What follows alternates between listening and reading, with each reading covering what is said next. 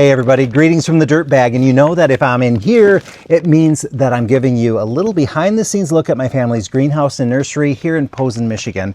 And I will tell you, this will be one of my last dispatches from the Dirtbag for quite a while. There's some changes afoot. I'll tell you about those later on in the video. Right now I want to talk about how things are going here at the nursery because it's been a really good season so far. People have been coming, people have been shopping and having a good time. The weather has not been cooperating though. Since Mother's Day, we haven't had a lot of sun, we've had a lot of rain, and the nights have been cold. And we've had several nights where we did get frost. So that's been, I think, exhausting for our customers, especially those who bought early, because they've been protecting those plants ever since they bought them. So, you know, every night they're bringing them in or they're covering up with sheets or whatever they have to do to save those plants.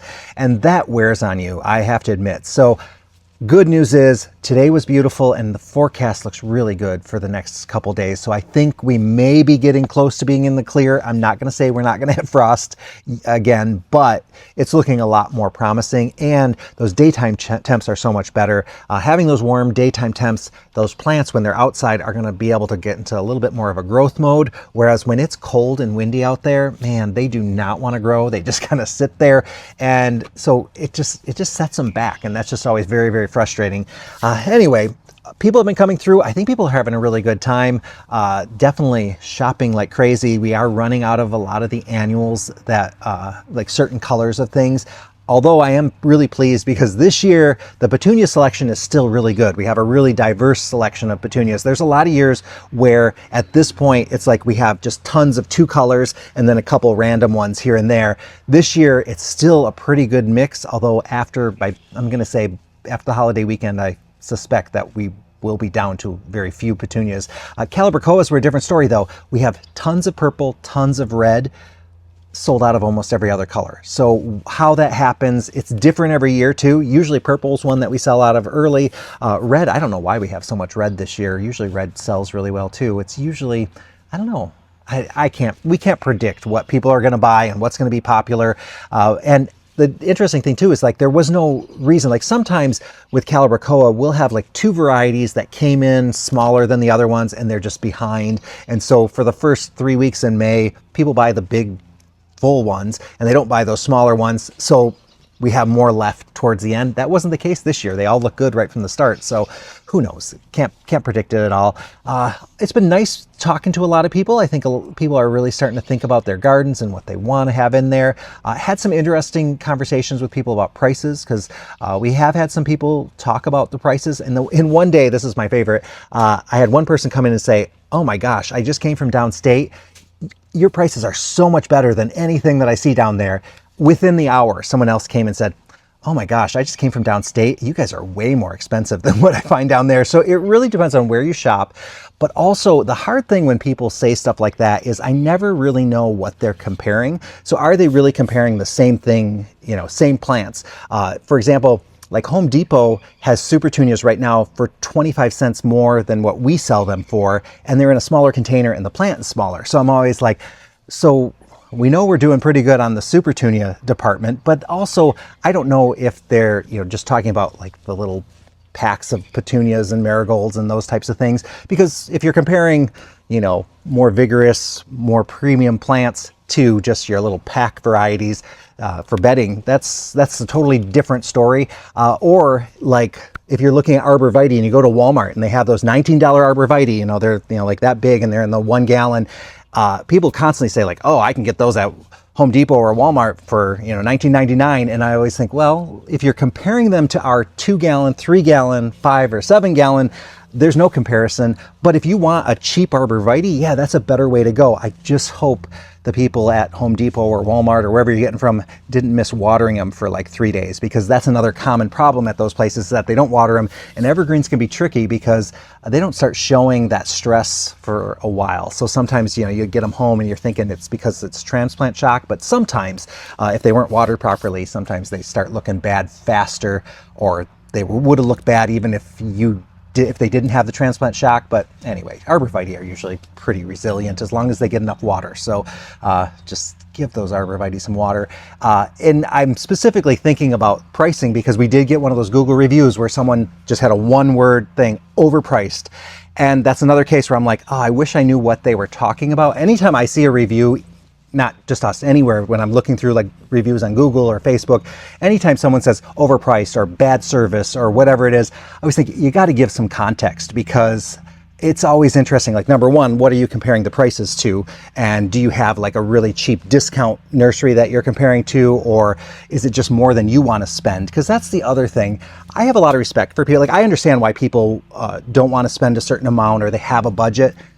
I have no objection to people saying like, oh, this is more than I want to spend, or I wasn't expecting it to cost that much. I understand that. It's when people just kind of say, oh, they're overpriced, and I don't have any context to work with. Or like when I see a restaurant and they say, oh, bad service, if they don't give any more information, it's a little frustrating.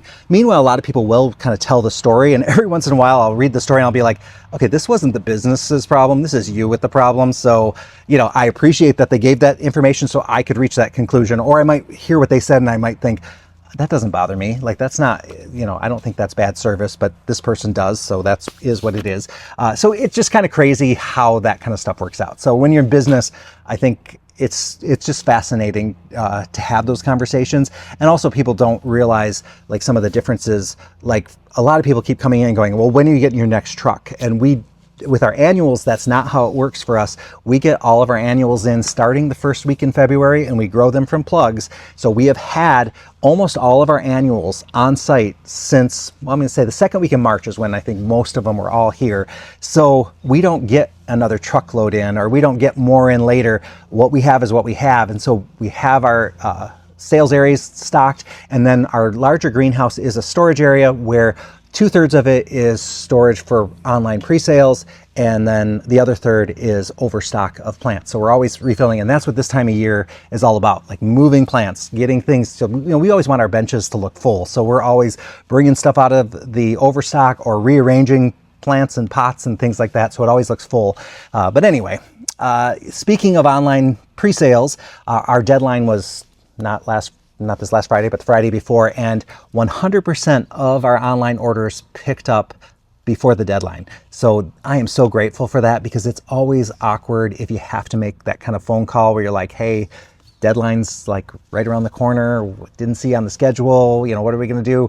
And we didn't have any of that. Everybody showed up. So I appreciate that. I feel like I feel so respected when people do that, because I feel like we put a lot of work into these pre-orders, and I'm just so grateful that people understand that and that they showed up and picked up their orders. I'm so happy about that. So thank you to anybody who did an online pre-order with us. We definitely appreciate it. And also, the big reason why too we can't go past our deadline is because, like, this is a busy time for us. We have to change things out. We're already starting to bring perennials into Greenhouse 5. So that transition's happening, where as we sell out of annuals, we start bringing in the perennials, and that becomes the focus of our business. So it's really heavy on annuals for that first month, and then we switch into perennials, shrubs, and trees for the rest of the season. So, you know, that's how we operate, and we need all of our resources going to those things, because if we keep working on annuals, especially annuals that are already sold, and not, you know, we can't make more money off of annuals that are already sold, those resources are just being taken away from everything else that we're doing. So if people aren't working on perennials, the perennials are going to start looking bad, or they're going to be way back in the other greenhouse when we really want them closer to the customer so that they can get to them and they can find what they need. So anyway, I'm kind of blathering on, but that's what these dirtbag conversations are all about, me just talking about whatever. So that's what you get today. Now, the one good thing about this time of year is that our baskets are looking fantastic. It's like this week they all came into their own. Like, they went from looking good to looking absolutely gorgeous, just exploding with color, and they're starting to drape over the edge and cover the pot. Everything just looks so good. And I wanted to just point out a couple things for you guys. Like, for example, with Kufia, I was looking at some of the hanging baskets and I thought, I bet people might want to see this. So we have some baskets, and they're just our baskets are our traditional 12-inch. I'll show you those just so you know how we operate. Every place is going to be different, but this would be our traditional 12-inch basket. This is our standard size, and it holds a good amount of soil. this is what we put most of our hanging baskets in, but then we also have this 14-inch. I think it's a little smaller than a 14-inch, and this has been such a great container for us. I absolutely love it. For some reason, especially like petunias, verbena, calibrachoa, they just do really well in this pot. I don't know why.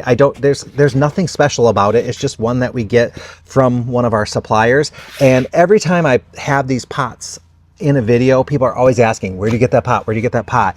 And unfortunately, I have not been able to find it online, but I did find a company that is selling some containers from the same company that makes this pot. So I'm going to send them an email and say, look, I know people who want to buy this pot, and I know you order from that company. So if you start carrying it, let me know, because I will tell the world about it, because I know you guys, it's hard to find a bigger pot sometimes. And also, I think some people like the white, and for some reason, like I said, certain plants just seem to do really well in this pot. So anyway, they're doing really great, but we keep our containers of Kufia, because we'll do, Kufia is a great plant for hummingbirds. So whether you're using it as a hanging basket or you're inserting it into another pot or just using this as a pot, Kufia is a really great plant for just bringing in hummingbirds over and over again. And the first Kufia that we ever sold was the Vermillionaire from Proven Winners, and that plant is fantastic. It gets nice and big, and so we have one in a pot, and that plant gets big enough that we only need to put one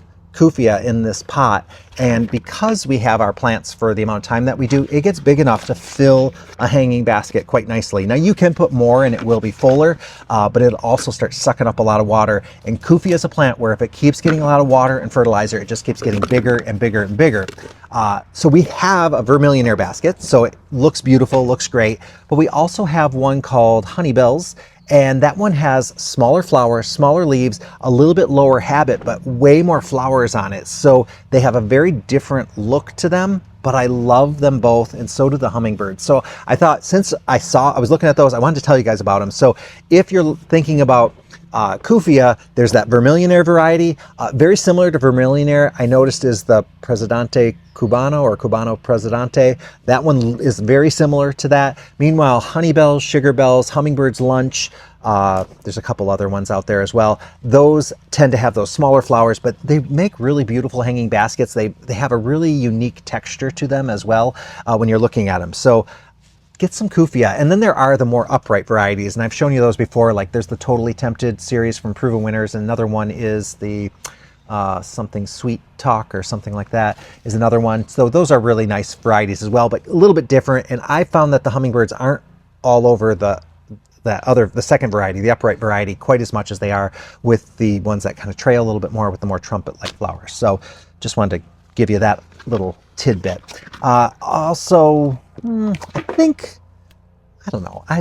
It's just been nice. It's been nice seeing customers. It's been nice seeing people, chatting with them. I will admit though, I mean, we've been open since the 1st, so this is what, day 25 that we've been open.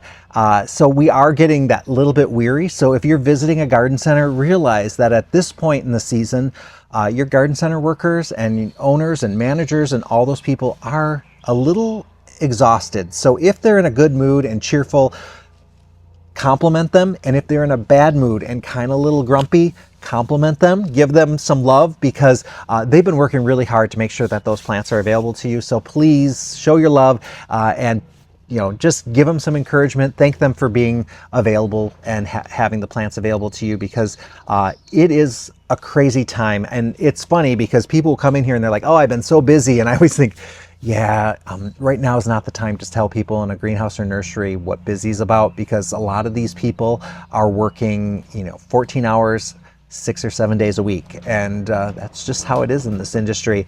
And things do calm down later on in the season and, at different points in the year. I mean, we're always working, but it does get a little less insane. But this is the time for a lot of us. So just want to give you that.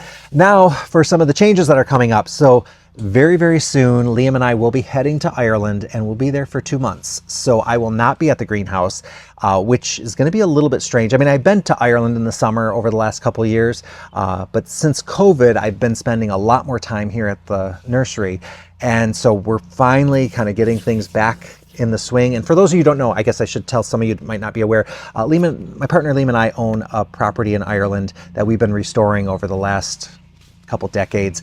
And so we also host people. We used to be, I guess you'd call us travel influencers, like we blogged and podcast about Irish travel and that type of thing. That was back in another lifetime.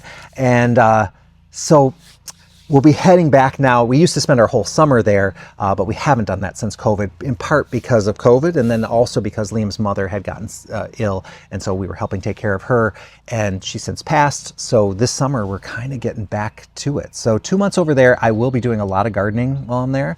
I will be posting videos and keeping you guys updated. I've already talked to 2 staff members about trying to get some video footage from the greenhouse and nursery so that we can keep an eye on some of the containers that I planted up. So I do want to keep this going and keep you guys up to date, but things are going to change. The content's going to be a little bit different. So just giving you that heads up, and I won't be in the dirt bag because I have a dirt pile in Ireland. Maybe I could do a dispatch from the dirt pile. How does that sound? Anyway, so thank you guys for watching. And hey, some of you really enjoyed this little riff that I have talking about this industry. I appreciate it, and thank you guys for watching. I got more videos to go. Right now, I think I'm going to try to record one more video tonight before I go to bed, and then maybe some more tomorrow, because I want to get kind of some in the queue so that while I'm traveling, I don't have the pressure to put up a video. So doing the best I can. I'll talk to you guys all very, very soon.